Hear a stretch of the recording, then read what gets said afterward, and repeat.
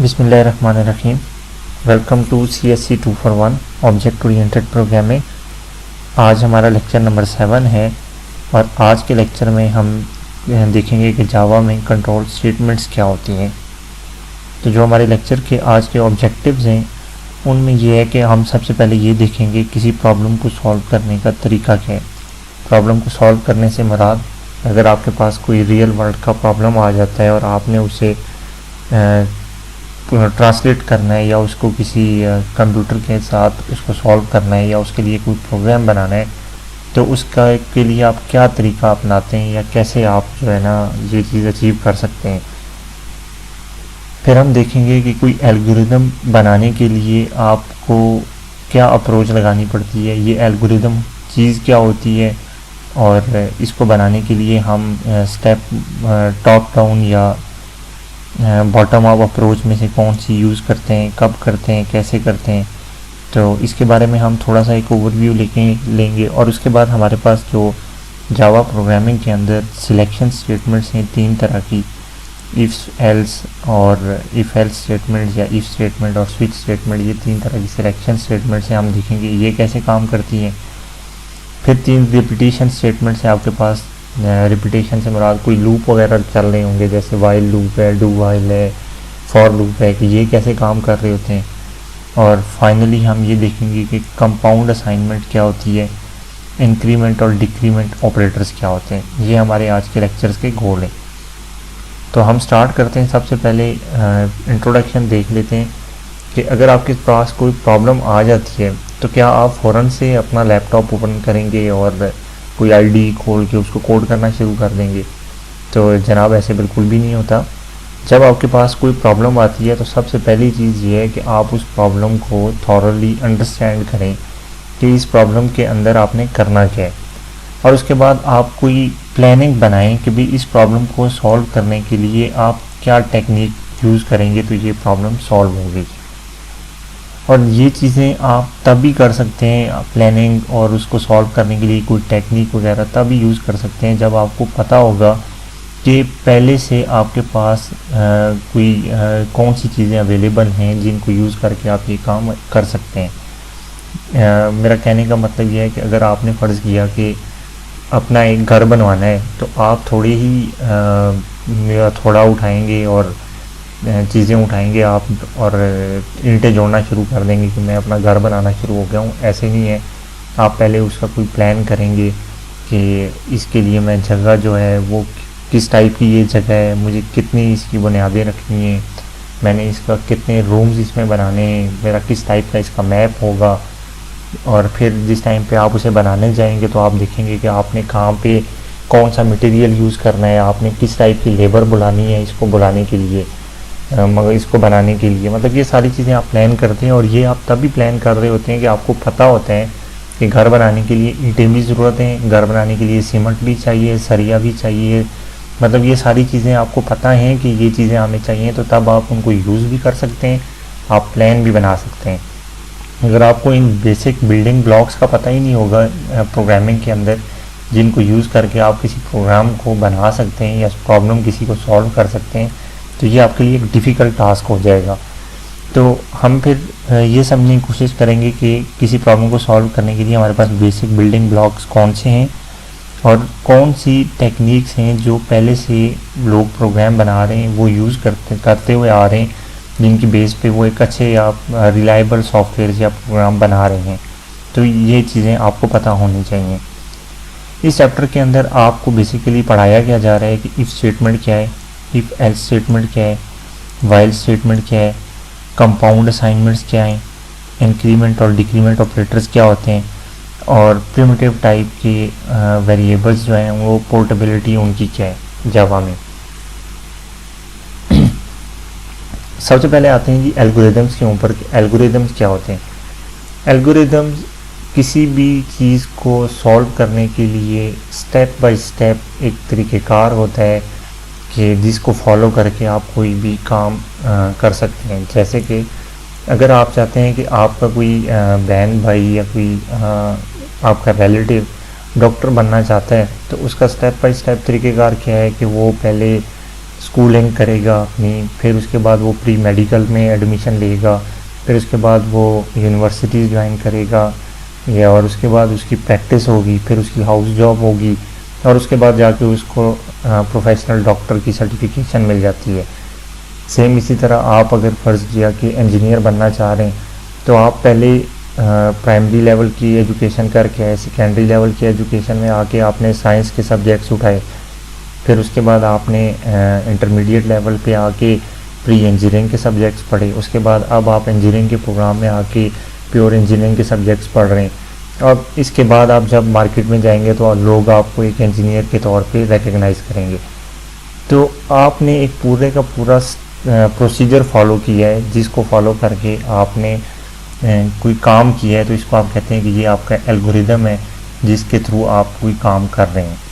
Same इसी तरह किसी भी प्रॉब्लम को सॉल्व करने के लिए आप हमेशा कोई एल्गोरिदम बनाते हैं या कोई तरीक़ेकार बनाते हैं। एल्गोरिदम को मैं सिंपल वर्ड्स में कहूँ तो ये एक प्रोसीजर है, तो आप एक प्रोसीजर बनाते हैं और उस प्रोसीजर में क्या होता है कि आप ये डिफ़ाइन करते हैं कि आपने कौन कौन से एक्शन परफॉर्म करने और उनकी तरतीब क्या होगी, कि किस ऑर्डर में आपने ये सारे एक्शन परफॉर्म करने। जब ये दो चीज़ें आप डिफ़ाइन कर लेंगे तो फिर आपको प्रॉब्लम सॉल्व करने में कोई इशू नहीं होगा।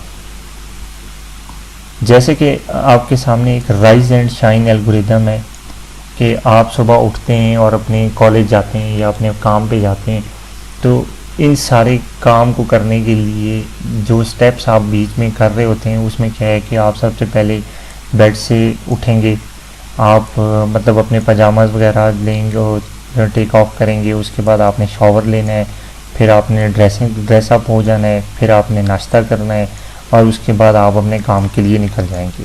ये मतलब टोटल 6 स्टेप्स हैं।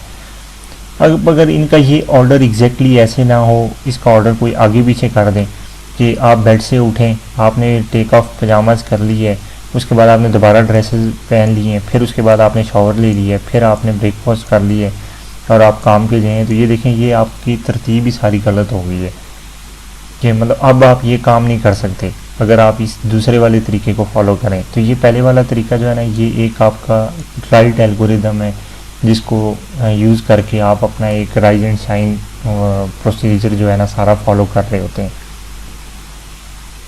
अब ये जिस ऑर्डर के अंदर स्टेटमेंट्स आपकी एग्जीक्यूट हो रही होती हैं, इसे आप कहते हैं कि ये प्रोग्राम का कंट्रोल है।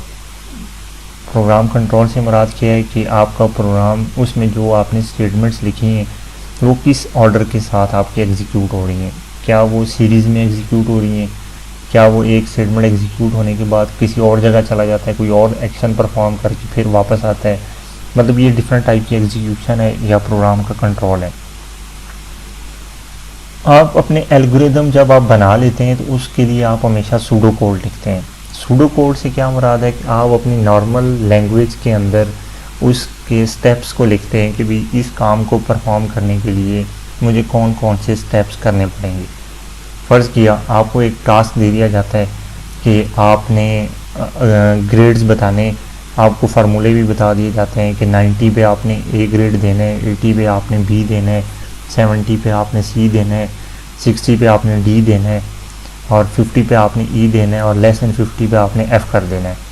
ये मतलब आपको एक प्रॉब्लम दे दी जाती है कि जब भी मैं कोई नंबर अगर एंटर करूं तो मुझे पता चल जाए कि इसका ग्रेड क्या है। तो अब आप उसके लिए सूडो कोड क्या लिखेंगे कि आप सबसे पहले उसमें स्टेप लिखेंगे कि यूज़र से इनपुट लो, फिर आप लिखेंगे दूसरे स्टेप पे ठीक है इस इनपुट को आप कंपेयर करो 90 के साथ और अगर उसका रिज़ल्ट आपका पॉजिटिव आता है तो आप इसको लिए ए स्क्रीन पे प्रिंट करा दो। या फिर आप कहेंगे कि अगर आपने जो इनपुट ली है उसका 80 से कंपेयर करो, 80 से ग्रेटर आ जाता है, 90 से कम है तो आप इसको बी दे दें। मतलब ये सारे आपने अपनी लैंग्वेज के अंदर सारी चीज़ को, जिस तरह इंग्लिश है मतलब वैसे ही आपने ये सारी चीज़ें लिखी। ये जिस तरह आपके पास लिखा होता है ये सारा आपके पास एक तरह से सूडो कोड है कि आप पहले ये काम कर रहे हैं, फिर उसके बाद ये कर रहे हैं, फिर ये कर रहे हैं, फिर ये कर रहे हैं, फिर ये और फिर ये। मतलब इसका प्रोग्रामिंग लैंग्वेज से कोई ताल्लुक नहीं है सूडो कोड का। सूडो कोड जस्ट ये चीज़ आपके लिए रिफाइन करता है कि आपको ये पता चले कि आपने कौन से एक्शंस परफॉर्म करने और उनकी तरतीब क्या होगी, किस ऑर्डर में आपने स्पेसिफाई करना है। जब आपका सूडो कोड बन जाता है तो फिर उसको किसी भी लैंग्वेज के अंदर ट्रांसलेट करना कोई इशू नहीं होता, क्योंकि आपको पता है कि आपके एक्शंस क्या हैं और उनकी तरतीब क्या है। तो उसके बाद आपने जस्ट उसके लिए सिंटैक्स रखना है, चाहे वो आप जिस मर्ज़ी लैंग्वेज में लिखें, वो बहुत आसान हो जाता है आपका काम। और उसके अलावा नेक्स्ट हम करेंगे कंट्रोल स्ट्रक्चर्स के बारे में। हमने भी देखा था कि जिस सीक्वेंस से आपकी इंस्ट्रक्शन एग्जीक्यूट होती हैं, इसको आप कहते हैं प्रोग्राम कंट्रोल, कि ये आपके प्रोग्राम का कंट्रोल है। अब कंट्रोल स्ट्रक्चर आपके कितनी टाइप के हैं? आपके 3 टाइप के कंट्रोल स्ट्रक्चर हैं। एक आपका सीक्वेंस स्ट्रक्चर है या सीक्वेंशियल एग्जीक्यूशन का स्ट्रक्चर है, दूसरा आपका सिलेक्शन स्ट्रक्चर है, तीसरा आपका रिपीटेशन स्ट्रक्चर है। सीक्वेंशियल एग्जीक्यूशन का क्या मतलब है कि आपने जिस तरतीब से लाइंस लिखी हैं कोड की या एक्शन आपने लिखे हैं, आपके सारे एक्शन वन आफ्टर वन जो है ना तरतीब के साथ एक के बाद दूसरा, दूसरे के बाद तीसरा परफॉर्म होते रहें, तो इस टाइप की एग्जीक्यूशन को आप कहते हैं ये सीक्वेंस एग्जीक्यूशन है या सीक्वेंशियल एग्जीक्यूशन है या सीरीज़ में एग्जीक्यूशन हो रही है आपकी। अब उसके बाद सिलेक्शन स्ट्रक्चर आपका क्या है कि आप किसी जगह पे आके कोई चीज़ सिलेक्ट करना चाह रहे हैं, मतलब बेस्ड ऑन सम कंडीशन। आप कहते हैं अगर ये वाली कंडीशन हो तो उसके बाद ये वाली कोड चलना चाहिए, अगर ये वाली कंडीशन ना हो तो ये वाला कोड चलना चाहिए, या अगर ये कंडीशन हो गई है तो वो वाला कोड चलना चाहिए। मतलब इस तरह से आप इसको कह देते हैं कि अब आपने सिलेक्शन कर ली है कि आपने बेस्ड ऑन सम कंडीशन आपने कहा है कि अब आपका नेक्स्ट जो प्रोग्राम एग्जीक्यूट होगा या नेक्स्ट लाइन जो कोड की एग्जीक्यूट होगी वो फलां वाली होगी। उससे पहले आपने कोई कंडीशन टेस्ट कर ली है। रिपीटेशन स्ट्रक्चर में क्या होता है कि आपने जो काम बार बार करना है तो आप उसके लिए कोई लिमिट लगा देते हैं कि जब तक ये चीज़ अचीव नहीं हो जाती तो ये काम करते रहो, बार बार करते रहो। इसके लिए आप लूप्स वगैरह यूज़ करते हैं। और आप कोई भी प्रोग्राम है उसको इन 3 स्ट्रक्चर्स के साथ लिख सकते हैं। मतलब आपको अगर सीक्वेंस स्ट्रक्चर, आपको सिलेक्शन स्ट्रक्चर और आपको रिपीटेशन स्ट्रक्चर अच्छी तरह से आते हैं तो आप किसी भी लैंग्वेज में कोई भी प्रोग्राम आराम सुकून से लिख सकते हैं, उसमें कोई इशू नहीं होना आपको। और ये जो स्ट्रक्चर्स हैं आपको इन्हें आप कंट्रोल स्टेटमेंट कहते हैं कम्युलेटिवली, कि ये जो 3 टाइप्स की आपने बात की है, सीक्वेंस स्ट्रक्चर, सिलेक्शन स्ट्रक्चर और रिपीटेशन स्ट्रक्चर, इनको आप कंट्रोल स्ट्रक्चर्स कहते हैं। और जावा लैंग्वेज के अंदर आप इसको कॉमनली जो है ना कंट्रोल स्टेटमेंट्स कहते हैं। ठीक है, अब हम देखते हैं सीक्वेंस स्ट्रक्चर क्या है।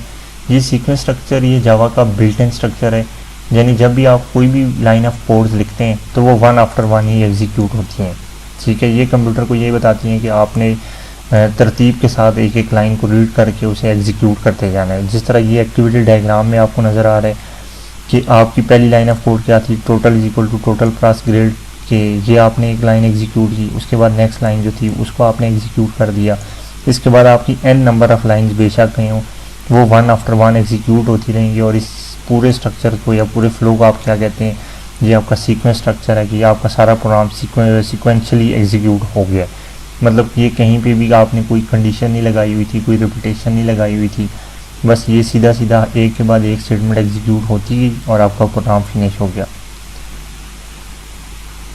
अब उसके बाद आपका आ जाता है सिलेक्शन स्टेटमेंट। सिलेक्शन स्टेटमेंट्स 3 तरह की हैं। सबसे पहले इफ़ स्टेटमेंट है। इफ़ स्टेटमेंट आप इससे पहले कई दफ़ा यूज़ कर चुके हैं। इफ़ स्टेटमेंट क्या करती है कि वो देखती है कि जो कंडीशन आपने इसे बताई है ये ट्रू है या फॉल्स। अगर वो कंडीशन ट्रू हो गई तो उसके बाद आपका कंट्रोल इफ़ स्टेटमेंट के अंदर चला जाता है कि अब आप कहते हैं कि अगर ये कंडीशन ट्रू हो गई है तो उसके बाद आप कोई और टास्क परफॉर्म करवाना चाह रहे हैं कि ये चीज़ कर दो। अगर आपकी कंडीशन फॉल्स हो गई है तो फिर उसके बाद जो नेक्स्ट सीक्वेंस में आ रही थी इंस्ट्रक्शन वही चलती रहेगी। इफ़ स्टेटमेंट उसमें कोई रोल प्ले नहीं करेगी।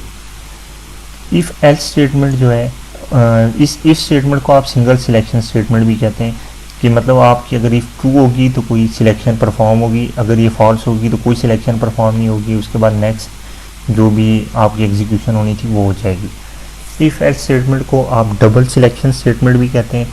इसमें आप 2 कंडीशन बता देते हैं। आप कहते हैं अगर ये कंडीशन ट्रू हो जाती है तो आप ये वाली सिलेक्शन कर लो, अगर ये कंडीशन फॉल्स हो जाती है तो आप उसे कोई और सिलेक्शन बता देते हैं कि आप ये वाली कर लें।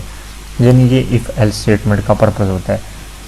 और स्विच स्टेटमेंट क्या है, जब आपके पास 2 से ज़्यादा सिलेक्शनें आपने करवानी है, मतलब आपके पास ऑप्शन बहुत सारे हैं अब आप एक कंडीशन को टेस्ट करते हैं और उसके बहुत से रिजल्ट्स हैं। आप कहते हैं अगर इसके ग्रेड अगर इसका नंबर जो है 90 से अबव आ जाता है तो ए ग्रेड है, अगर 80 से अबव आ जाते हैं तो आप बी ग्रेड है, अगर 70 से अबव आते हैं तो सी ग्रेड है। तो उसके लिए आप बजाय इसके कि इफ़ के अंदर इफ़ या nested if else statement use करें, आप सिंपल स्विच स्टेटमेंट यूज़ कर लेते हैं जिसमें आप सारी कंडीशंस रख देते हैं और उसके बाद आपने चेक करना होता है कि अच्छा ये जो इनपुट है ये किस के साथ मैच कर रही है, और जिस केस के साथ वो मैच करती है आप स्विच करके उस पर चले जाते हैं। अब रिपीटेशन स्टेटमेंट को आप लूपिंग स्टेटमेंट्स भी कहते हैं, और ये आपकी किसी भी एक्शन को एक से ज़्यादा मरतबा परफॉर्म करने के लिए आप इनको यूज़ करते हैं।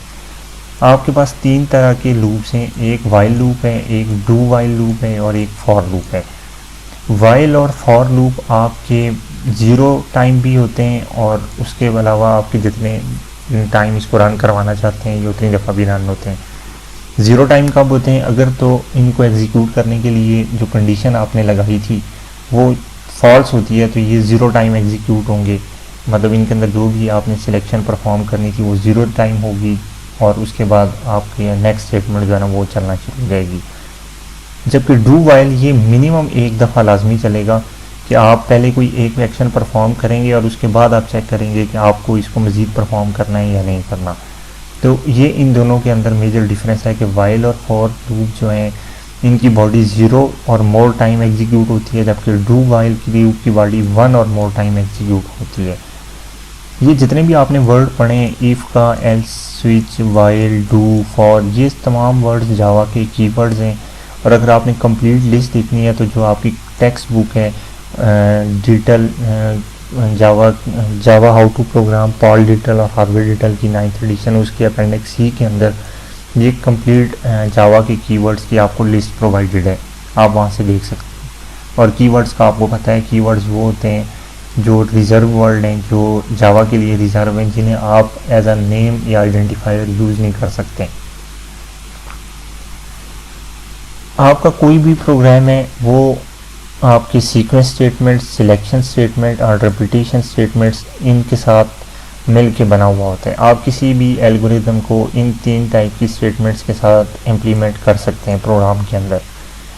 और अगर आप इन कंट्रोल स्टेटमेंट्स को एक्टिविटी डायग्राम में मॉडल करना चाहते हैं तो उसके लिए आप क्या करते हैं, इनिशियल और फाइनल स्टेट्स आपकी क्या रिप्रेजेंट करती हैं कि आपका प्रोग्राम स्टार्ट कहाँ से हो रहा है और एंड कहाँ से हो रहा है। और इनिशियल और फाइनल स्टेट्स को आप एक्टिविटी डायग्राम में ये एक सर्कल के साथ सॉलिड सर्कल मतलब फिल हुआ होगा, इससे रिप्रेजेंट करते हैं इनिशियल स्टेट को, और इसके गिर्द एक बॉर्डर सर्कल अगर लगा हुआ हो तो इसको आप कहते हैं ये फाइनल स्टेट है आपकी।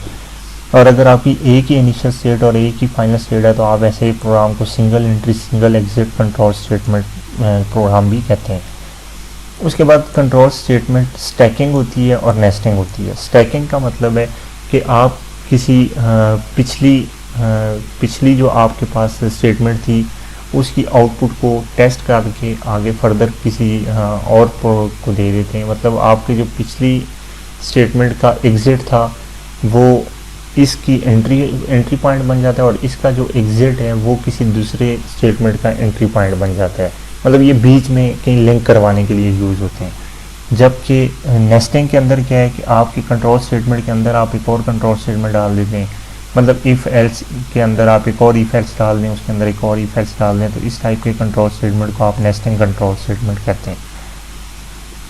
सूडो कोड क्या है? अगर फ़र्ज़ किया कि आप ये लिखना चाह रहे हैं एल्गोरिदम में कि अगर स्टूडेंट्स का ग्रेड 60 के इक्वल या उससे ग्रेटर देन हो तो आप उसे पास कर दें, तो उसके लिए सूडो कोड आप कैसे लिखेंगे? ये जिस तरह ये नॉर्मल इंग्लिश आपने लिखी है, if student grade is greater than or equal to 60, तो उसके बाद आपने एक आइडेंटिटेशन दी, मतलब स्पेस दी, और उसके बाद लिख दिया कि आप प्रिंट कर दो पास। ये आपका सूडो कोड है। ये आपकी किसी लैंग्वेज के अंदर नहीं लिखा हुआ, मतलब प्रोग्रामिंग लैंग्वेज में। ये आपकी जर्नल लैंग्वेज जो इंग्लिश है आपने उसमें लिखा है। आप इसको उर्दू में भी लिख सकते हैं कि अगर स्टूडेंट्स का ग्रेड 60 और उससे ज़्यादा हो तो आप स्क्रीन पे प्रिंट लिखते हैं। ये मतलब आपके पास जस्ट लाइक आपकी नॉर्मल लैंग्वेज है। अब इस प्रोग्राम को आपने ट्रांसलेट करना है इफ़ कंडीशन के थ्रू, तो आप कैसे लिखेंगे? आप लिखते हैं if student grade is greater than or equal to 60, system dot out dot println pass, मतलब ये जो आपने इंग्लिश लिखी थी इसकी आपने अब प्रोग्रामिंग लैंग्वेज या जावा लैंग्वेज के अंदर ट्रांसलेशन कर दी है और उसको इम्प्लीमेंटेशन कर दी है। ठीक है, अब ये देखें, ये तकरीबन वही चीज़ है जो ये वाली लिखी हुई है, लेकिन ये खास सेंटेक्स में लिखी हुई है, जबकि ये नॉर्मल आपकी इंग्लिश जो है उससे लिखी हुई है। और अगर इसी चीज़ को आप UML एक्टिविटी डायग्राम के अंदर देखना चाहते हैं, ये बेसिकली हम ये देख रहे हैं कि सिंगल सिलेक्शन स्टेटमेंट्स होती क्या हैं। अगर आपने यहाँ पे देखा कि एक कंडीशन टेस्ट की, अगर तो उसका रिजल्ट पॉजिटिव आया तो आपकी ये वाली एक लाइन ऑफ कोड एग्जीक्यूट होगा। अगर इसका रिजल्ट नेगेटिव आता है तो इसके बाद जो भी लिखा हुआ होता है वो आपका एग्जीक्यूट होता है, ये वाली लाइन कभी भी एग्जीक्यूट नहीं होनी थी। अब सेम चीज़ देखें, ये आपका शो कर रहा है कि ये आपका एंट्री पॉइंट है, उसके बाद आपका डिसीजन है, ये आपके गार्ड कंडीशन है। ये जो आपके सामने ये बड़ी ब्रैकेट्स के अंदर लिखी हुई हैं, ये समझ लें कि 2 गार्ड हैं। ये गार्ड आपका चेक कर रहे हैं कि कंडीशन इसको आपने बता दी है कि अगर आने वाली वैल्यू आपकी 60 या उससे ग्रेटर देन हो तो आपने ये वाली चीज़ पास करवा देनी है नेक्स्ट जो भी लाइन एग्जीक्यूट होनी है उसको। और अगर आपने कहा कि अगर ये 60 से लेस देन हो तो आपने इसको एग्ज़िट कर देना है, या ये इसकी एग्ज़िट पॉइंट है जिसके ऊपर आप देखें ये सॉलिड सर्कल के बाहर एक और आपने सर्कल बनाया हुआ है। तो इस तरीके से आप सिंगल सिलेक्शन स्टेटमेंट को आप रिप्रेजेंट कर सकते हैं UML एक्टिविटी डायग्राम में। UML एक्टिविटी डायग्राम में आपने इनिशियल स्टेट बताई, फिर कंडीशन बताई, उसके बाद आपने जो गार्ड कंडीशन थी उसके मुताबिक डिसीजन कर लिया कि आपने ये वाली चीज़ एग्जीक्यूट करवानी है या प्रोग्राम को टर्मिनेट करवाना है। अब उसके बाद हम आ जाते हैं if else double selection statements के ऊपर। If else double selection statements में क्या है कि आप कहते हैं अगर इफ़ कोई कंडीशन ट्रू हो जाती है तो आप ये चीज़ प्रिंट करवा दो, अगर फॉल्स हो जाती है तो कोई और चीज़ प्रिंट करवा दो, बजाय इसके कि प्रोग्राम को टर्मिनेट कराओ। और उस प्रिंट होने के बाद आप फिर कह देते हैं कि अब ये जो है ना इसको बेशक एग्जिट करवा दो। ये जो इस टाइप की चीज़ होती है कंट्रोल स्ट्रक्चर, इसको आप स्टैकिंग कहते हैं कि जो इन बिटवीन होता है 2 स्टेट्स के। अब देखें सूडो कोड में आपने यही चीज़ कैसे डिफाइन की है कि अगर student grade is greater than or equal to 60 तो आपने स्क्रीन पे पास प्रिंट करवाना है, एल्स आपने क्या करना है स्क्रीन पे फेल प्रिंट करवा देना है। यह आपकी नॉर्मल लैंग्वेज में लिखी हुई चीज़ है। अब इसको आपने जावा में ट्रांसलेट करना है तो आपने क्या लिखा, ये जो ऊपर वाली लाइन थी इसको लिखने के लिए आपने कहा if grade is greater than or equal to 60 system dot out dot println pass, else आपने कहा system dot out dot println failed. और उसके बाद आपने जो एल्स की बॉडी थी ये आइडेंटिफिकेशन आपने इस वजह से किया ताकि आपकी रीडेबिलिटी ज़्यादा अच्छी तरीके से हो जाए। और अगर आपकी एक से ज़्यादा इफ एल्स स्टेटमेंट्स हैं तो फिर आपको आइडेंटिफिकेशन जो है ना वो उनके लेवल के हिसाब से करनी पड़ेगी। तो ये आपको मैं बताता हूँ इसके बाद प्रैक्टिकली करके कि वो कैसे करते हैं। और आपके जो IDEs वगैरह हैं वो आपकी नॉर्मली आइडेंटिफिकेशन खुद से कर देते हैं, मतलब जब भी आप एंटर का बटन प्रेस करते हैं तो वो ऑटोमेटिकली स्पेसेस वगैरह जनरेट कर देते हैं। और UML एक्टिविटी डायग्राम के अंदर अगर आपने इस if else double selection statement को देखना है तो वो क्या है, देखें ये इनिशियल स्टेट है। अब यहाँ पे 2 गार्ड कंडीशन है, एक ये वाली और एक ये वाली। अगर ये वाली कंडीशन ट्रू हो जाती है तो ये वाली चीज़ प्रिंट होगी, ये वाली कंडीशन ट्रू हो जाती है तो ये वाली चीज़ प्रिंट होगी, और उसके बाद आपका प्रोग्राम फिनिश हो जाएगा, एग्जीक्यूशन फिनिश हो जाएगी। अब ये जो if else double selection statement है इसको लिखने के लिए आपके पास एक कंडीशनल ऑपरेटर भी यूज़ होता है जिसको आप ये कहते हैं कि ये क्वेश्चन मार्क और कॉलन साइन, ये आपके पास क्या है कंडीशनल ऑपरेटर है। अब ये काम कैसे करता है, ये जो चीज़ अभी हमने सेम यही चीज़ जो हमने की है डबल सिलेक्शन स्टेटमेंट में, सेम यही एक्शन हमने अगर परफॉर्म करना है तो आप क्या करते हैं, आप ये लिख देते हैं कि system dot out dot println और उसके अंदर आपने लिख दिया जी कि एक कंडीशन जो है इसको टेस्ट करो। वही कंडीशन है कि स्टूडेंट ग्रेड अगर ग्रेटर देन 60 हो जाए या इक्वल टू 60 तो आप स्क्रीन पे पास प्रिंट करवाओ, अदरवाइज फेल प्रिंट करवाओ। अब ये एक्चुअली टर्नरी ऑपरेटर है, ये करता क्या है कि ये सबसे पहले कंडीशन को चेक करता है। ये जो आपको क्वेश्चन मार्क है इसके बाद जो चीज़ भी लिखी है ये तब एग्जीक्यूट होती है अगर ये कंडीशन ट्रू होगी तो, ठीक है। अगर ये कंडीशन ट्रू होगी तो ये वाली चीज़ एग्जीक्यूट होती है, और अगर ये कंडीशन फॉल्स हो गई तो फिर इसके बाद जो आपने कॉलन के बाद वैल्यू लिखी हुई है ये वाली वैल्यू आपकी एग्जीक्यूट होती है, ठीक है। और नॉर्मली अगर कोई छोटी सी स्टेटमेंट या जिस तरह ये अब एक लाइन की स्टेटमेंट थी, इसको तो आप इस तरह से लिख लेते हैं, लेकिन अगर कोई कम्प्लेक्स स्टेटमेंट्स हैं इफ एल्स एक से ज़्यादा दफ़ा लिखे हुए हैं तो फिर आप इफ एल्स को ही यूज़ करना प्रेफर करते हैं, क्योंकि इसको पढ़ना थोड़ा सा मुश्किल हो जाता है। बहरहाल इसका तरीक़ाकार क्या है कि आप कोई भी ये जो क्वेश्चन मार्क है इससे पहले हमेशा कंडीशन लिखते हैं और क्वेश्चन मार्क के बाद ये बताते हैं कि अगर ये कंडीशन ट्रू हुई तो आपने क्या करना है, और इसके बाद आप कॉलन डालते हैं और उसके बाद ये बताते हैं कि अगर ये कंडीशन आपकी फॉल्स हुई तो फिर आपने क्या करना है। ये अभी मैं आपको करके भी दिखा देता हूँ स्क्रीन के ऊपर। ये मैं एक जावा एप्लीकेशन बना लेता हूँ।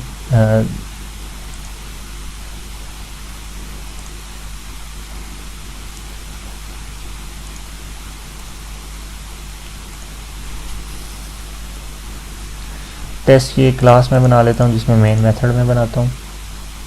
अब यहाँ पे हम ये इफ एल्स को चेक करते जाते हैं। हमारा जिस तरह सूडो कोड क्या था, इफ़ नंबर आर ग्रेटर और इक्वल टू 60 कि अगर नंबर ग्रेटर इक्वल टू 60 हो तो आप क्या करें, प्रिंट पास करवा दें। मतलब ये हमारा सूडो कोड था। अब इसको हमने इम्प्लीमेंट करना था इफ़ वाली कंडीशन में, तो हम क्या लिखते हैं, इफ़ जो भी आपका नंबर है, फ़र्ज़ किया कि आप यहाँ पे पहले नंबर स्टोर करवा लें, and number is equal to 60 आपने स्टोर कर दिया। अब आप इफ़ के अंदर क्या लिखते हैं, अगर नंबर आपका ग्रेटर देन या इक्वल टू 60 हो जाता है तो आप क्या करें, system dot out dot print L pass, ठीक है। ये आपने सिंपल स्टेटमेंट लिख दी। अब ये नंबर चूंकि 60 के इक्वल है तो आपको स्क्रीन पे पास लिखा हुआ नजर आएगा। ये देखें पास लिखा हुआ है। अब अगर ये नंबर में 50 लिख दूँ तो आपको स्क्रीन पे कुछ भी नहीं मिलेगा, क्योंकि इस स्टेटमेंट के बाद ये सिंगल सिलेक्शन स्टेटमेंट है। ये चूंकि फॉल्स होगी, इसने कोई भी सिलेक्शन नहीं करनी और आपका प्रोग्राम टर्मिनेट हो जाएगा। ये देखें प्रोग्राम आपका टर्मिनेट हो गया। अब डबल सिलेक्शन स्टेटमेंट में क्या है कि आप यहाँ पे लिख देते हैं इसके बाद कि एल्स। अब यहाँ पे आपने इसे कहा है कि आपके नंबर अगर 60 से ग्रेटर हुए तो आपने ये प्रिंट करवाना है, अदरवाइज आपने ये प्रिंट करवा देना है। अब जब आप इस प्रोग्राम को रन करेंगे तो या आपका पास प्रिंट होगा या आपका फील्ड प्रिंट होगा। ये देखें आपका फील्ड लिखा हुआ आ गया क्योंकि नंबर आपके 50 थे। अगर मैं 70 कर देता हूँ फिर रन करूँगा तो फिर आपके पास पास लिखा हुआ नज़र आ जाएगा। ये आपकी डबल सिलेक्शन स्टेटमेंट थी। अब सेम काम ये जो आपने इस डबल सिलेक्शन स्टेटमेंट से किया है, आप सेम काम ये जो कंडीशनल ऑपरेटर है इसको यूज़ करके भी कर सकते हैं। कैसे करेंगे आप लिखें system dot out dot print l n और इसके बाद आप कंडीशन लिखें कि अगर नंबर आपका greater than or equal to 60 होता है, उसके बाद ये क्वेश्चन मार्क डालें और आप लिख दें यहाँ पे पास, कि अगर ये कंडीशन ट्रू हो जाती है तो पास लिखो, अदरवाइज़ क्या फील्ड लिख दो। ये देखें आप बजाय इसके कि ये आपने इतना बड़ा एक स्टेटमेंट लिखी, उसको आप सिंपल एक ही लाइन के अंदर भी एग्जीक्यूट करवा सकते हैं। अब इस प्रोग्राम को रन करेंगे, सेम बिहेवियर आपको मिलेगा जो पहले मिल रहा था। ये देखें पास है। अगर मैं इसको 50 कर देता हूँ तो ये मुझे फेल लिखा हुआ नज़र आ जाएगा, ठीक है। ये इसलिए इसको टर्नरी ऑपरेटर कहते हैं कि आप इसके लिए इनपुट पे जो भी कंडीशन लिखते हैं आप देखते हैं कि अगर ये ट्रू हुई तो ये जहाँ पे आपने जो भी एक्शन परफॉर्म करना है आप क्वेश्चन मार्क के बाद लिखते हैं, और अगर ये फॉल्स हुई तो आपने जो भी एक्शन परफॉर्म करना है आप यहाँ पे लिख देते हैं।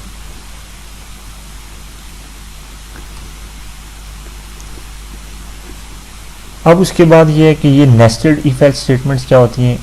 अगर ये ग्रेड्स वाली प्रॉब्लम को ये आप देखें जिसका सूडो कोड ये आपके सामने लिखा हुआ है कि अगर ग्रेड आपके 90 के इक्वल या ग्रेटर हैं तो आपने ए प्रिंट करवाना है। उसके बाद आपने देखना है कि अगर ग्रेड आपकी 80 या उससे ग्रेटर देन है तो आपने बी प्रिंट करवाना है, अदरवाइज आप देखेंगे कि 70 या उससे ऊपर हैं तो फिर आप सी प्रिंट करवाएंगे। फिर आप देखेंगे अगर 60 या उससे ऊपर हैं तो आप डी प्रिंट करवाएंगे, और अदरवाइज आप फिर क्या देते हैं, एफ प्रिंट करवा देते हैं। ये सारी की सारी इफ एल्स आपने देखिए कि ये मल्टीपल इफ और एल्स आपके सामने लिखे हुए हैं। अब इसको आप प्रोग्रामिंग के अंदर कैसे लिखते हैं, उसके लिए आपको ये सारा कुछ लिखना पड़ेगा कि इफ़ ये स्टेटमेंट है तो आपने ये प्रिंट करवाना है, यानी कि स्टूडेंट ग्रेड्स 90 के इक्वल या ग्रेटर हैं तो ए प्रिंट करवाएं। एल्स के बाद आप लिखेंगे अगेन इफ़, कि आप इफ़ में दोबारा चेक कर रहे हैं कि अगर वो 80 या उससे ग्रेटर हैं तो आप बी प्रिंट करवाएं। एल्स में आप दोबारा आ जाएंगे, उसमें लिखेंगे अगर ये 70 या उससे ग्रेटर हैं तो आप सी प्रिंट करवाएं। फिर एल्स में आप आके दोबारा चेक करेंगे कि अगर वो 60 या उससे ग्रेटर हैं तो फिर आप डी प्रिंट करवाएं। और अगर ये इनमें से कुछ भी नहीं है तो आप एल्स में आके कह देते हैं एफ प्रिंट करवा दें, यानी ना वो 90 से ऊपर है, ना वो 80 से ऊपर है, ना 70 से, ना 60 से, तो फिर इसका मतलब है वो जो कुछ भी है 60 से कम जितना भी है तो उसको आप एफ प्रिंट करवा दें।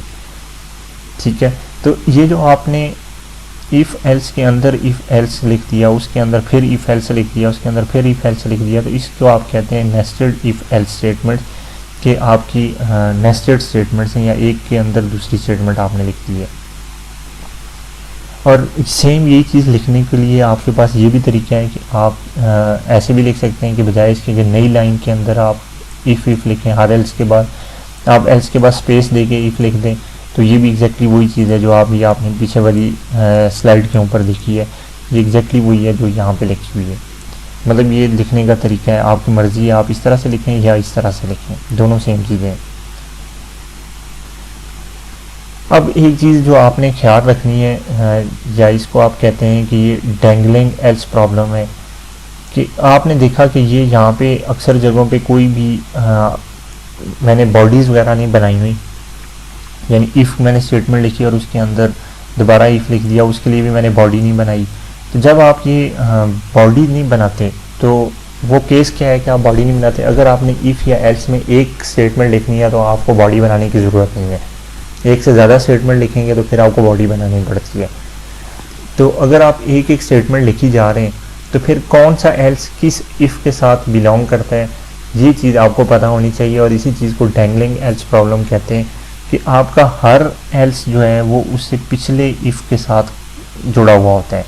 यानी अगर आप ये चाह रहे हैं कि आप बताएं कि अगर x 5 से बड़ा है और y 5 से बड़ा है तो आप स्क्रीन पे ये प्रिंट करवा दें x और y 5 से बड़े हैं। अदरवाइज़ आप ये चाहते हैं आप स्क्रीन पे प्रिंट करवा दें कि x 5 से छोटा है या 5 है। लेकिन अगर आप इसको एग्जीक्यूट करवाना चाहेंगे स्टेटमेंट को तो आपको एक इशू मिलेगा, मैं आपको करके दिखा देता हूँ। आपने नंबर लिख दिया 5, इस नंबर की जगह पे वेरिएबल का नाम मैं लिख देता हूँ 5। अभी देखें इफ़ मैंने लिख दिया if x is greater than 5, तो अब नया जो था उसमें मैंने लिख दिया if y is greater than 5। यहाँ पे मैं y का वेरिएबल भी बना देता हूँ। उसके अंदर आपने जाके लिख दिया system dot out dot println x and y are greater than 5। उसके बाद आप ये चाहते हैं कि सिंपल एल्स लिखें और प्रिंट करवा दें कि x जो है ना वो लेस देन 5 है। Else system dot out dot println x is less than 5। अब ये वाला एल्स कब एग्जीक्यूट होगा, क्या इस इफ़ के बाद ये एग्जीक्यूट होना चाहिए? एक्चुअली ये जो आपने एल्स लिखा है आप चाहते ये थे अगर ये 5 से बड़ा होगा तो ये वाला सारा कुछ एग्जीक्यूट हो, अगर ये 5 से बड़ा नहीं है तो आप कह रहे थे कि ये वाली स्टेटमेंट लिखी हुई आ जाए कि भाई x जो है ना लेस देन 5 है। लेकिन होगा क्या कि ये आपका कंपाइलर बाय डिफ़ॉल्ट, क्योंकि आपने यहाँ पे कोई ब्रैकेट्स नहीं लगाई हुई, इस एल्स को समझेगा कि ये इस इफ़ का पार्ट है। वो देखेगा कि अगर y जो है ना 5 से बड़ा है तो ये स्टेटमेंट मैंने एग्जीक्यूट करनी है, अदरवाइज़ मैंने ये स्टेटमेंट एग्जीक्यूट करनी है। अब इस केस में आप बेशक x की वैल्यू यहाँ पे 8 10 लिख दें, 6 लिख दें, तो 6 आपने लिख दिया तो अब आपके पास ये स्टेटमेंट ट्रू हो गई। ठीक है, उसके बाद इसके पास आएगा, अब आपने यहाँ पे भी लिख दी y की वैल्यू भी आपने बड़ी लिख दी कि y, और ये स्टेटमेंट भी एग्जीक्यूट हो जाएगी, आपकी ये एल्स एग्जीक्यूट नहीं होगी। लेकिन अगर आप इस x की वैल्यू को 3 कर देते हैं तो अब आप ये एक्सपेक्ट कर रहे होंगे चूंकि x की वैल्यू तो 3 है, मतलब ये स्टेटमेंट फॉल्स हो गई है, तो एल्स ये वाला एग्जीक्यूट होना चाहिए। तो अब ऐसे नहीं होगा, अब ये स्टेटमेंट फॉल्स हो गई है तो आपकी ये भी एग्जीक्यूट नहीं होगी और उसके साथ ये भी एग्जीक्यूट नहीं होगी, आपका प्रोग्राम यहाँ पे फिनिश हो जाएगा। देखिए मैं आपको रन करके दिखाता हूँ कि देखिए प्रोग्राम आपका फिनिश हो गया। क्यों? क्योंकि ये एल्स इस इफ़ का पार्ट है, ये इस इफ़ का पार्ट नहीं है।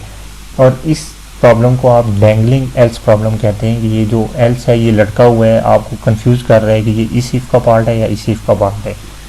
तो आपको पता क्या होना चाहिए कि एल्स हमेशा अपने प्रीवियस इफ़ का पार्ट होता है, अनलेस के आपने कोई ब्रैकेट्स लगा के उसको डिफाइन नहीं कर दिया कि ये किसका पार्ट है।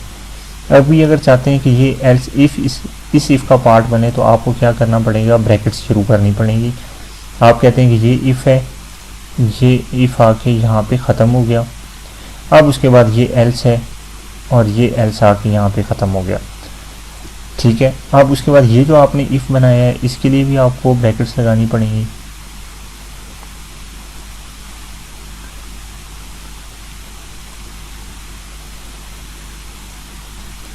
और उसके लिए आपको क्लोज करना पड़ेगा।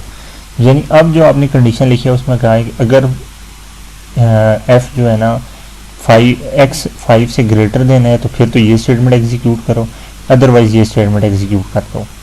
अब आपने ब्रैकेट्स लगा दिए हैं तो अब सेम प्रोग्राम को मैं रन करूँगा तो आपको स्क्रीन के ऊपर ये x इज़ लेस देन 5 लिखा हुआ आ गया, ठीक है। तो ये डैंगलिंग प्रॉब्लम को सॉल्व करने के लिए आप हमेशा इसको ब्रैकेट्स लगाते हैं।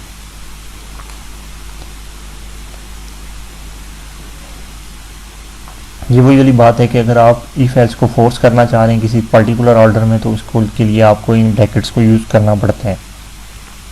और ये ब्रेसेस इंडिकेट करती हैं कि सेकंड इफ जो है ये पहले की बॉडी के अंदर है या उसके साथ दूसरा एल्स एसोसिएट हो रहा है, ठीक है।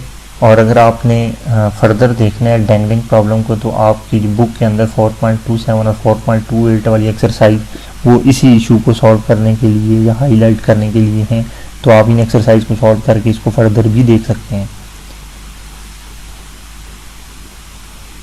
अच्छा, इफ़ स्टेटमेंट्स नॉर्मली ये एक्सपेक्ट करती है कि आप ही उसकी बॉडी में एक आध कंडीशन ही रखेंगे या एक आधी कोई स्टेटमेंट ही लिखी हुई होंगी। तो इसलिए आप अगर इफ़ के बाद जिस तरह यहाँ पे है कि आपने चलें यहाँ पे हम इसको दोबारा से देख लेते हैं ताकि चीज़ें साथ साथ कंफ्यूज ना हो। अब अगर आप चाहते हैं कि आप ये चेक करें if x is greater than 5 तो आपको यहाँ पे बेशक कुछ भी ना लिखें, आप सिंपली लिख दें इसके बाद प्रिंट एलन ट्रू।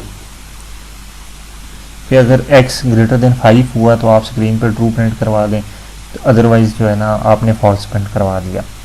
तो नॉर्मली यही इफ एक्सपेक्ट कर रहा होता है कि मेरे अंदर कोई एक आधी स्टेटमेंट ही होनी है, लेकिन अगर एक से ज़्यादा स्टेटमेंट्स आप लिख देते हैं system.out.println साथ x की वैल्यू भी प्रिंट करवा देते हैं, अब देखें एक से ज़्यादा स्टेटमेंट्स हो गई हैं।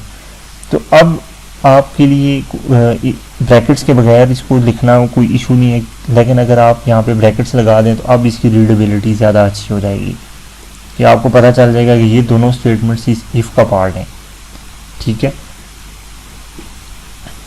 ये देखें जिस तरह यहाँ पे है कि आप नॉर्मली अगर एक आधी स्टेटमेंट लिखते हैं तो फिर ब्रैकेट्स ना भी लगाएं तो कोई ऐसा इशू नहीं है, आपको समझ आ जाती है। लेकिन अगर एक से ज़्यादा स्टेटमेंट्स लिखते हैं तो फिर आपको ये ब्रेसेस लगानी पड़ती हैं, और इन ब्रेसेस के अंदर जो कुछ भी लिखा हुआ होता है इसको आप पूरे को कहते हैं ये क्या है, ये ब्लॉक है, ठीक है। और ये ब्लॉक आपका इफ एल्स का भी होता है, मेथड का भी होता है, जो मतलब जहाँ पे भी आप ब्रेसेस के अंदर कोई चीज़ लिख रहे होते हैं तो ये इसका आप कहते हैं कि ये पूरा ब्लॉक ऑफ कोड है। और इसको आप कहीं पे भी प्लेस कर सकते हैं, सिंगल इफ़ के बाद भी कर सकते हैं, इफ एल्स के बाद भी कर सकते हैं, ये आपके अपने ऊपर है कि आप ये ब्लॉक ऑफ कोड कहाँ पे यूज़ करना चाहते हैं। अब उसके बाद आपको इसमें डबल सिलेक्शन स्टेटमेंट्स के अंदर दो तरह के एरर मिलते हैं, एक को आप सिंटैक्स एरर कहते हैं, एक को लॉजिक एरर कहते हैं। सिंटैक्स एरर आपका कब मिलता है कि अगर फ़र्ज़ किया आपने ब्रैकेट्स लगानी थी और कोई एक ब्रैकेट आपने ओपन कर दिया लेकिन क्लोज़ नहीं की, या क्लोज़ कर दिया ओपन नहीं की, तो आपको इस टाइप का जो एरर मिलता है वो सिंटैक्स एरर मिलेगा। कंपाइलर आपको बता देगा कि आपने एक ब्रैकेट कम लगा दी है या एक ब्रैकेट ज़्यादा लगा दी है। लॉजिकल एरर क्या होता है कि ब्रैकेट्स आपकी दोनों या तो मौजूद हैं या फिर दोनों मौजूद नहीं हैं, और लेकिन अगर आपने उनको सही तरतीब से नहीं लगाया हुआ तो अब आपका प्रोग्राम एग्जीक्यूट हो जाएगा, लेकिन अब आपको जो आउटपुट मिलेगी वो इनकरेक्ट मिलेगी। जिस तरह अभी हमने एक्स वाले केस में देखा था कि एक्स हम चाह रहे थे कि ये हमारे पास लिखा हुआ आ जाए कि ये लेस देन 5 है, तो चूँकि हमने ब्रैकेट्स नहीं लगाई हुई थी तो हमें गलत आंसर मिल रहा था। तो इस किस्म के एरर को आप लॉजिकल एरर कहते हैं। लॉजिकल एरर दो टाइप्स के हैं, एक फैटल लॉजिकल एरर है और एक नॉन फैटल। अगर कोई ऐसा एरर आपका परफॉर्म आ रहा है कि जिसकी वजह से मतलब आपके प्रोग्राम की एग्जीक्यूशन नहीं चल सकती, तो आपका प्रोग्राम टर्मिनेट हो जाएगा, और ऐसे लॉजिकल एरर को आप फैटल लॉजिकल एरर कहते हैं। नॉन फैटल लॉजिकल एरर जो है ना, ये आपका प्रोग्राम चला देंगे लेकिन उसका रिजल्ट कभी भी सही नहीं होगा, वो गलत ही आता रहेगा।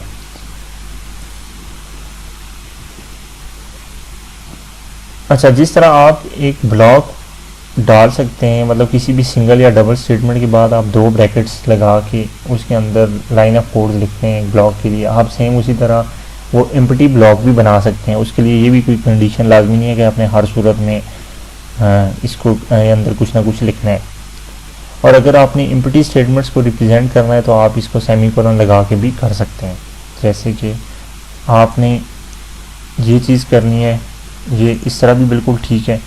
और अगर आप चाह रहे हैं कि इसके बाद आप कुछ भी ना लिखें तो आप इसकी बॉडी भी ना लिखें, आप सिंपल सेमीकोलन से भी इसको टर्मिनेट कर सकते हैं। ठीक है, ये सिंगल सिलेक्शन स्टेटमेंट के केस में है कि इफ़ वाले केस में। ठीक है, आप अगर कोई इसकी बॉडी नहीं बनाना चाहते या इसका ब्लॉक नहीं बनाना चाहते तो फिर आप ये काम भी कर सकते। अब देखें इस केस में, अब ये जो एरर मैंने लगा दिया है ये मेरा लॉजिकल एरर है, क्योंकि ये अब मेरा प्रोग्राम मैंने इसे यहाँ पे कह दिया कि इसका कोई ब्लॉक नहीं है, लेकिन यहाँ पे मैंने इसको ब्लॉक भी बना के दे दिया है। अब कंपाइलर ने आपको एरर नहीं दिया, कोई भी सिंटैक्स एरर नहीं दिया, लेकिन ये जब आपका प्रोग्राम एग्जीक्यूट होगा तो ये आपको गलत आउटपुट देगा, और इसको आप कहते हैं ये क्या है, लॉजिकल एरर है। ये जिस तरह ये आपको एरर के केस में मैंने आपको बताया कि अगर आप एक सेमीकोलन इफ़ के बाद या इफ़ एल्स स्टेटमेंट के बाद लगा देते हैं तो ये आपका लॉजिकल एरर है। और अगर आप single selection statement if statement और में लगाएंगे ये तो लॉजिकल एरर है, और अगर आप डबल सिलेक्शन स्टेटमेंट में लगाएंगे तो ये सिंटैक्स एरर है।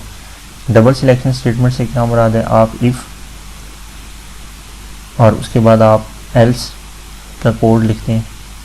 अब अगर आप यहाँ पे इसको लगाएंगे सेमीकोलन तो अब आपके लिए ये एरर है, ये आपको एरर दे रहा है कि ये आप ऐसे नहीं कर सकते, तो ये आपको सिंटैक्स एरर दे रहा है। लेकिन अगर आपकी सिंगल स्टेटमेंट है, मतलब एल्स वाला पार्ट उसका नहीं है, अब आपको ये एरर नहीं देगा, यानी सिंटैक्स एरर आपको नहीं दे रहा, लेकिन ये लॉजिकल एरर है। यहाँ पे सेमीकोलन का मतलब है कि आपने ये कहा है इसकी बॉडी में कुछ भी नहीं है, और आपने यहाँ इसकी बॉडी भी बना दिया, और इसकी बॉडी में कुछ लिख भी दिया ऊपर से, प्रिंट ln ABC, आपने कोई चीज़ प्रिंट भी करवा दी है। अब जब आप इस प्रोग्राम को एग्जीक्यूट करवाएंगे, ठीक है, अब ये देखें ये आपको ABC दे रहा है, लेकिन आपने असूलन यहाँ पे क्या कहा था कि भी इसकी बॉडी यहाँ पे ख़त्म हो जाती है, इसकी बॉडी में कुछ भी नहीं है, लेकिन यहाँ पर आपने कोई चीज़ डाल के इसको एग्जीक्यूट भी करवा दी है। तो ये आपका कोड जो है ना, किसी भी जगह पे आप जहाँ पे कैलकुलेशंस कर रहे होंगे, आप जब भी सेमीकोलन दिखेंगे आप कहेंगे अच्छा इसकी बॉडी में कुछ नहीं है, लेकिन आगे आपने लिखा हुआ होगा तो आपका जो प्रोग्राम का चल रहा है वो आपको एरर देता रहेगा हमेशा। और इस टाइप की चीज़ को आप कहते हैं कि ये आपका लॉजिकल एरर है, कि आपने लॉजिकल एरर है कि आपका प्रोग्राम तो चल रहा है लेकिन ये एक्चुअली इसका पार्ट नहीं है, यानी ये इसको आप ऐसे कह लें कि ये आपने सेपरेटली एक जगह लिखी हुई है चीज़, इस ब्लॉक के अंदर आपने ये लिखा हो, ये इस इफ़ के साथ इसका कोई लेना देना नहीं है।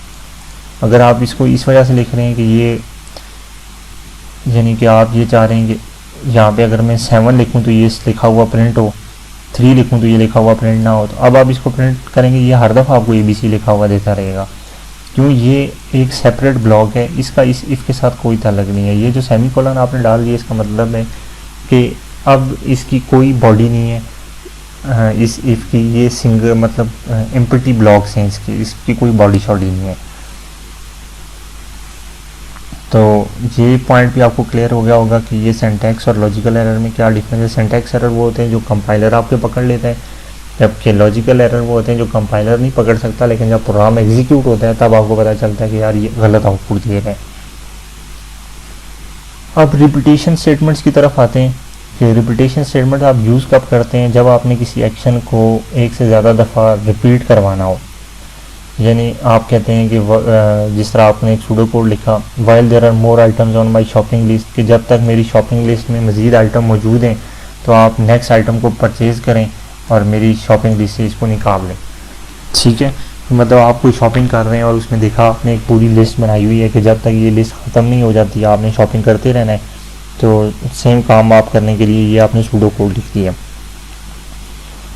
अब ये जो रिपीटेशन स्टेटमेंट है इसकी बॉडी के अंदर एक स्टेटमेंट भी हो सकती है और एक से ज़्यादा स्टेटमेंट यानी एक ब्लॉक भी हो सकता है।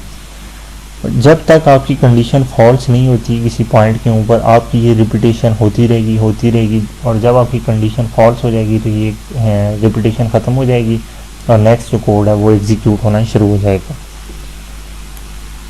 एग्जांपल ले लें, वाइल लूप की आप एक एग्जांपल ले लें।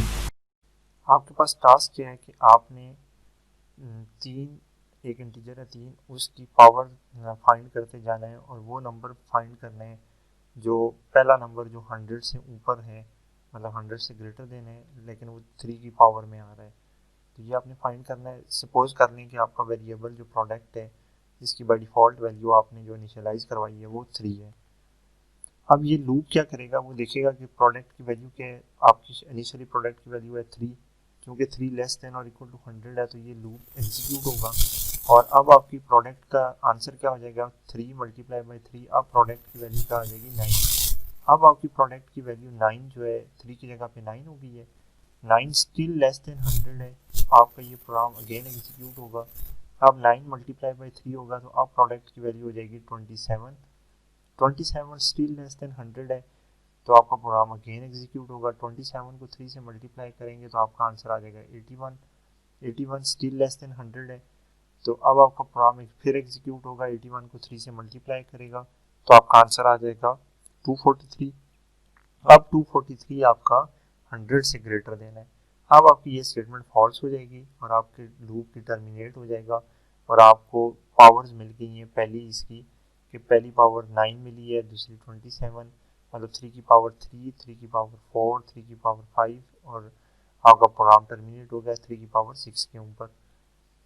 तो इस तरह से आपका वाइल लूप जो है ना एग्जीक्यूट होता है कि जब तक कोई कंडीशन ट्रू है लूप एग्जीक्यूट होता रहता है और जब कंडीशन फॉल्स होगी तो लूप ख़त्म हो जाएगा।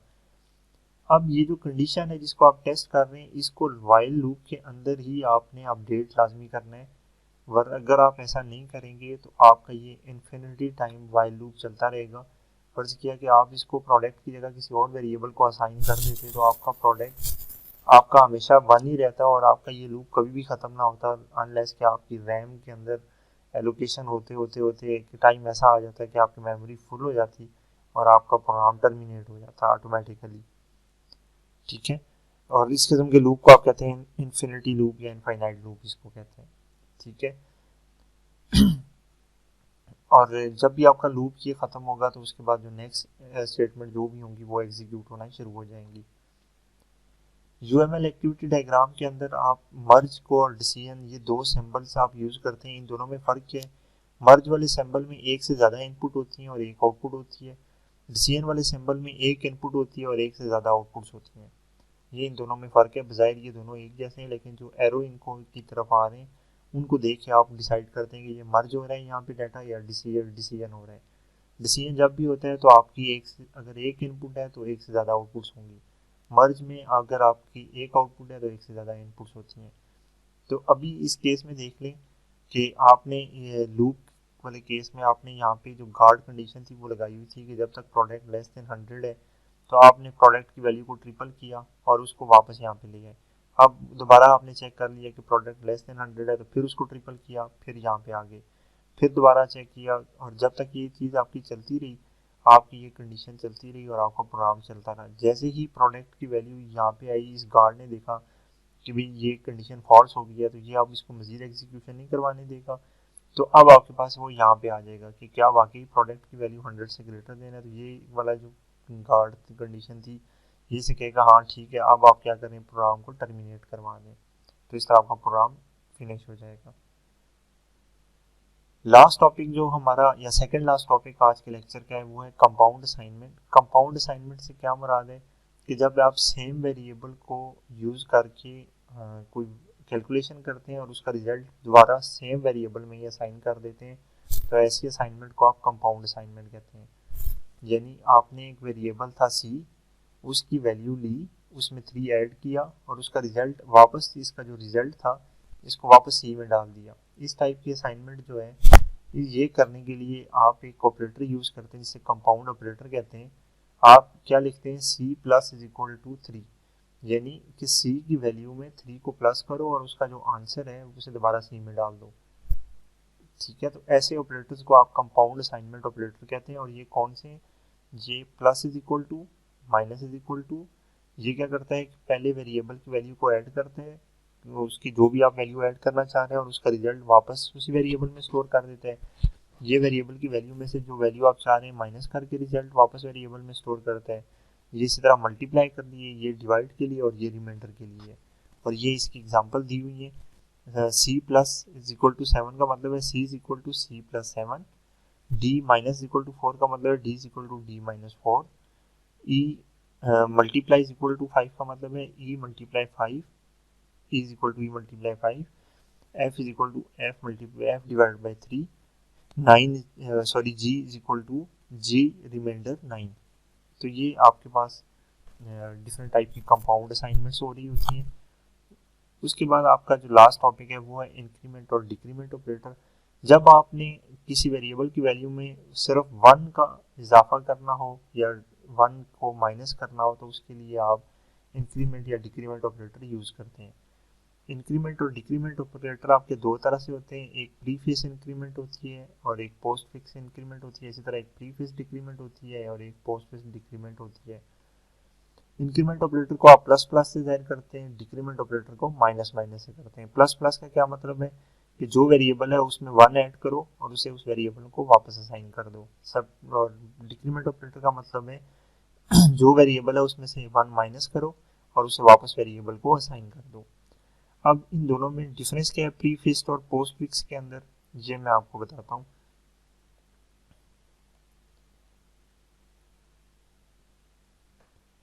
सपोज कि आपके पास एक नंबर है, नंबर इज इक्वल टू 5,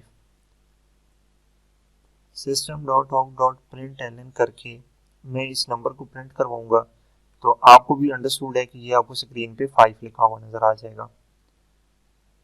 अब अगर इस नंबर को मैं दोबारा system dot out dot print n number plus plus करूं के शो करवाऊंगा तो अब आपका क्या ख्याल है कि क्या चीज आपको स्क्रीन पे लिखी हुई नजर आएगी। तो मोस्टली शायद आप लोग सोच रहे होंगे कि आपके पास 6 लिखा हुआ आएगा, लेकिन ऐसा नहीं होगा, आपको अगेन 5 लिखा हुआ मिल गया है। क्यों? क्योंकि सबसे पहले ये प्रीफिक्स में क्या होता है कि आप सबसे पहले जो नंबर की एक्चुअल वैल्यू है वो आप प्रिंट करवा देते हैं और उसके बाद आप नंबर में एक एडिशन कर देते हैं। जबकि अगर मैं इसकी जगह पे पोस्ट फिक्स यूज करता तो फिर मुझे क्या, पहले नंबर को एडिशन होती फिर नंबर आपको प्रिंट करवाया जाता। अब अगर मैं इसको रन करूंगा तो अब आपको 6 लिखा हुआ नजर आ जाएगा। तो ये फर्क है प्री फिक्स में और पोस्ट फिक्स में। ठीक है, तो आई होप कि ये चीज़ आपको समझ आ गई होगी कि ये प्री फिक्स और पोस्ट फिक्स इंक्रीमेंट और डिक्रीमेंट कैसे होते हैं। थैंक यू, ये हमारा आज का लेक्चर था। नेक्स्ट लेक्चर में इंशाल्लाह मिलेंगे।